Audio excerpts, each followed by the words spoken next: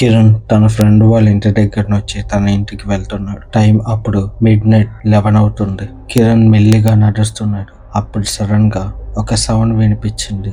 అదేంటంటే ఒక ice cream truck sound.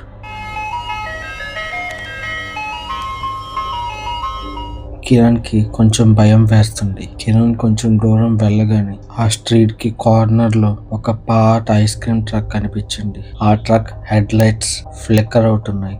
ఇంకా ఆ ట్రక్ చాలా స్లోగా మూవ్ అవుతుంది. కిరణ్ డ్రైవర్ సీట్ ని చూశాడు. అక్కడ షాడో మాత్రమే కనిపించింది. ఫేస్ కూడా అంత క్లియర్ గా లేదు. కిరణ్ భయంతో పరిగెట్టడం స్టార్ట్ చేశాడు. కిరణ్ 2 మినిట్స్ తర్వాత ఇంటి దగ్గరకు వెళ్ళాడు. నెక్స్ట్ మార్నింగ్ ఒక పిల్లోడికి రోడ్డు మీద ఒక ఐస్ క్రీమ్ కప్ దొరికింది. దాన్ని ఓపెన్ చేసి చూస్తే అందులో ఒక ఫింగర్ ఉంది. ఇంతకీ కిరణ్ కి ఏమైంది, ఆ ఫింగర్ ఎవరిది తెలుసుకోవాలనుకుంటే నా ఛానల్ ని సబ్స్క్రైబ్ చేసి పార్ట్ 2 అని కామెంట్ చేయండి.